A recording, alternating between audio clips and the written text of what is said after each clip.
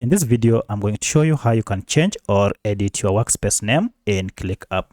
If you find this video helpful, I kindly request that you support me by liking the video and also by subscribing to this channel. Alright, so there are difference between your workspace name and your account name. If you head up here, this is your account name and you can see it is here. This is what is contained on your profile. However, for your workspace, the name of your workspace is here. And this is what I'd like to go ahead and change. To change it, just go ahead and click on it. And then you'll see settings here. From settings, now you can see we have your workspace name here. You can go ahead and start editing it the way you wish. So once you have completed editing, go ahead and click on Save Changes. And the changes will be captured. So that's how you can change or rename workspace name. If you have any other question, kindly let me know in the comment section. Otherwise, thanks for watching and let's meet in the next video.